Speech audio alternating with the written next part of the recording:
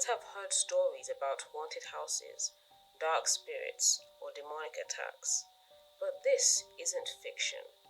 This is reality. A supernatural battle fought in a remote village over 200 years ago. This is a true story, though you might struggle to believe it. It's the tale of one man's unshakable faith, pitted against a relentless, terrifying evil. Why would demons torment one man with such ferocity? And why did he respond? With laughter. Stay with me and you'll discover the answer in a story that blurs the line between light and darkness. It was the year 1824. In the heart of rural France lay a village nestled between rolling hills and dense forests, a pocket of simplicity untouched by the tides of modernization. Here, time seemed to stand still, as though the village itself were a painting trapped in amber. Life unfolded slowly, with the days dictated by the sun and the seasons. Cobblestone streets twisted like ancient veins through clusters of thatched cottages, their moss-covered roofs sagging with the weight of years and countless rains.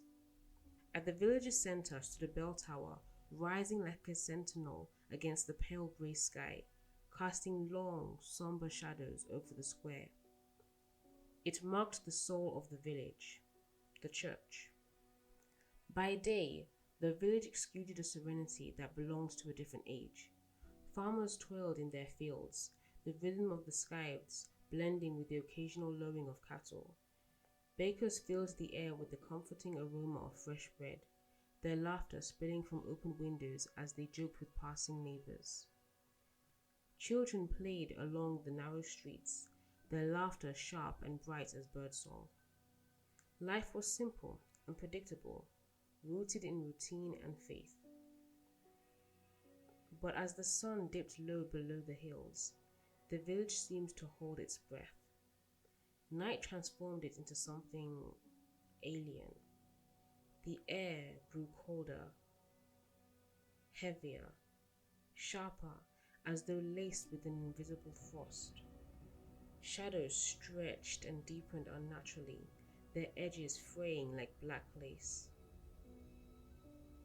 An unsettling silence fell, so profound that even the whisper of the wind seemed swallowed whole. The villagers began to notice peculiarities, strange happenings that defied logic. Doors slammed shut of their own accord, and candles extinguished themselves as if snuffed out by an unseen hand. At first, these incidents were shrugged off as coincidences, the whims of an old village steeped in creaking wood and drafty windows. But as weeks turned into months, the occurrences became harder to dismiss. Some villagers claimed to hear mournful cries in the dead of night, wails that echoed through the streets and seemed to rise from the very earth. Others spoke in hushed tones of shadowy figures, their forms flickering like smoke, seen lingering near the heavy oak doors of the chapel cellar. Those who dared venture close swore they saw glowing eyes staring back at them, twin embers smoldering in the dark. Then came the possessions. Stories spread of ordinary villagers suddenly speaking in strange languages that they had never learned and displaying unearthly strength. A boy, no older than 10, was said to have thrown a fully grown man across a room with a single hand. His eyes glazed and voice guttural, as though it belonged to someone or something else. Fear seeped into the bones of the village, an invisible spectre that hung over every whispered conversation and every hurried glance over a shoulder. "The devil works here," some would murmur, crossing themselves hastily. Others dismissed the tales as the overactive imaginations of a superstitious, uneducated people. But for the parish priest, there was no doubt. The priest was a quiet man, no towering figure of intimidation, but of a slight build, with a kind face weathered by years of humility and service. He was the kind of man whose presence brought peace, and though he was unassuming in his demeanor, he was a pillar of faith. He had come to the village several years prior, replacing an aging priest who had warned him cryptically, "This village is not like others. You'll see." At first, he had brushed off the warning as the musings of an old man. His days were filled with the familiar routines of his vocation: hearing confessions, celebrating Mass for the people, teaching the catechism, marrying lovebirds, and comforting the sick. His gentleness endeared him to the villagers, though his peculiar sense of humor often puzzled them.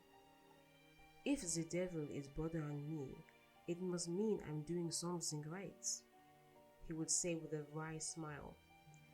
Beneath his calm exterior, however, he carried the weight of nightly battles that would have driven lesser men to despair. For his dedication to Christ had seemingly drawn the attention of some things sinister. It began subtly. Scratches appeared on the walls of his bedroom, faint but deliberate, as though some unseen clawed thing were trying to burrow through. Objects moved of their own accord. His Bible, found open to ominous passages, the crucifix on his desk turned upside down. At night, as he knelt in prayer, the air around him would grow heavy, pressing down on his chest like an unseen hand. One night he heard a faint tapping. Tap, tap, tap. It came from the walls, moving from one corner of the room to the next. Tap, tap, tap, as though something unseen was circling him. Tap, tap, tap. He ignored it, continuing his prayers. But then came the whispers. Low, indistinct voices that seemed to echo from inside his very mind, encroaching into the stillness. Voices just on the edge of understanding, murmuring threats and blasphemies. "You don't belong here," they hissed. "Leave while you can." The priest gripped his rosary tighter, its beads cool and familiar against his damp palms. He felt fear gnawing at the edges of his resolve, but refused to yield. "Is that all you've got?" he muttered under his breath, a faint smirk tugging at the corner of his lips. "Leave while you can."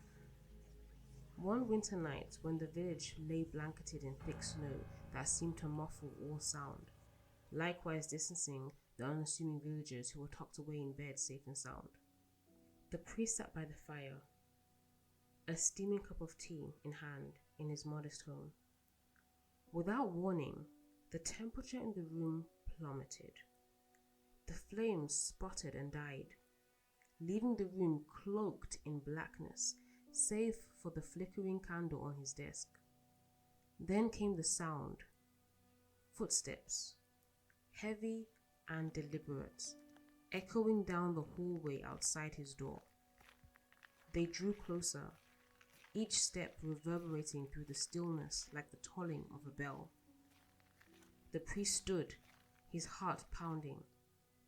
The footsteps stopped just outside his door.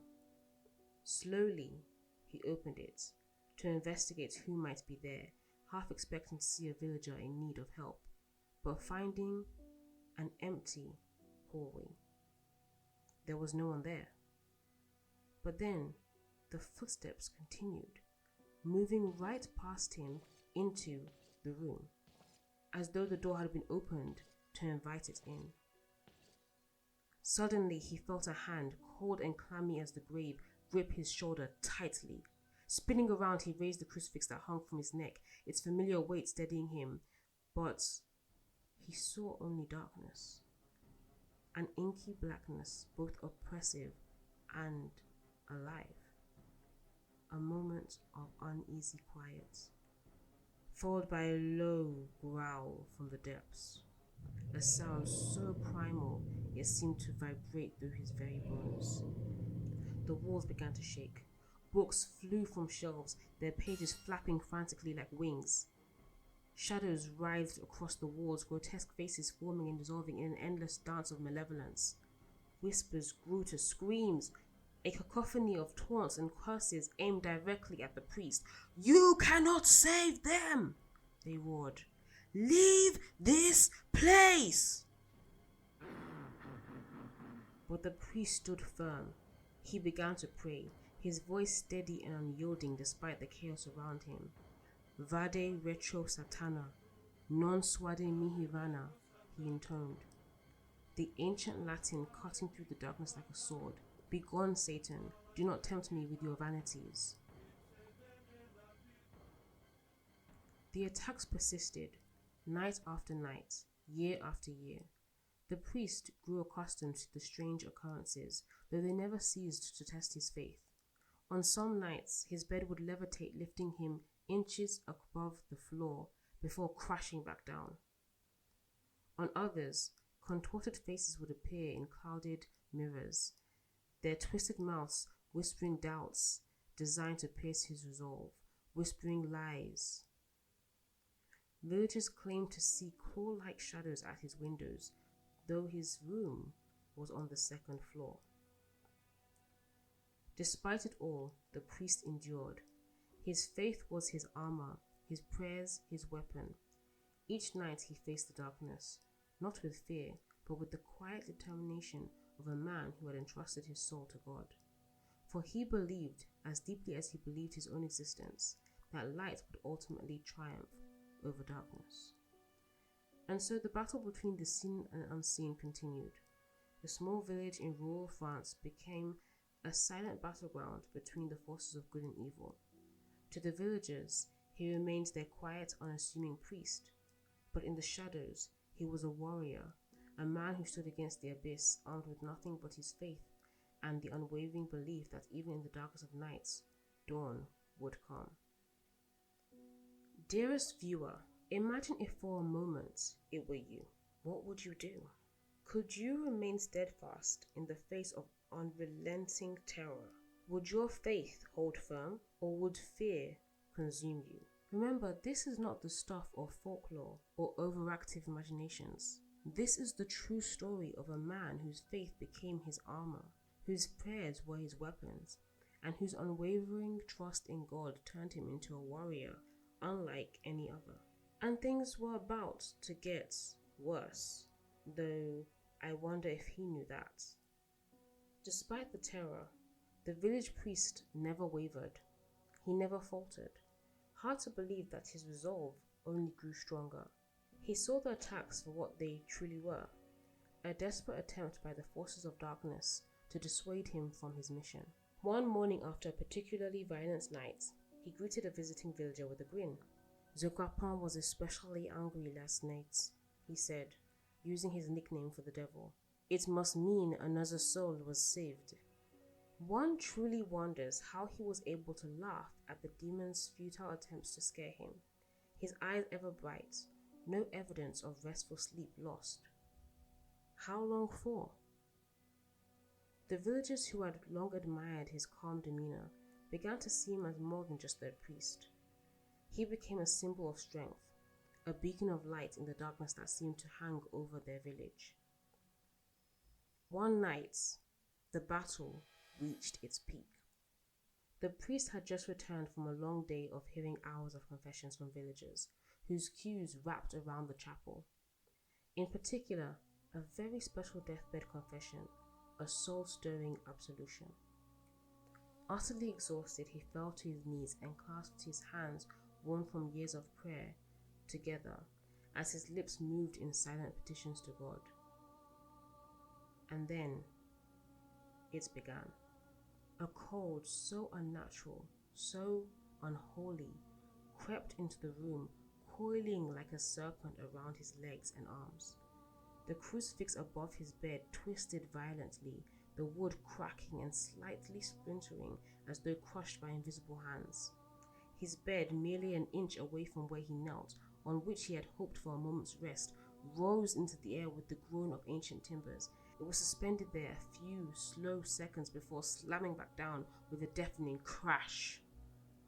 Unearthly shadows danced across the walls, their forms taunting, writhing in unspeakable shapes, sometimes faces pressed through the wall. The air was thick with an oppressive, sickening weight that made breathing extremely difficult, threatening to squeeze the air out of his lungs and press him to the floorboards. The attacks came swiftly and violently, a chair hurled across the room, followed by the table which crashed into the wall. A shadowy figure materialized in the corner, its form constantly shifting, horrible faces melding into one another, claws reaching for him, and one most distinct led the throng, its red eyes glowing like embers. A nightmare in motion. But the priest, instead of recoiling in fear, smiled.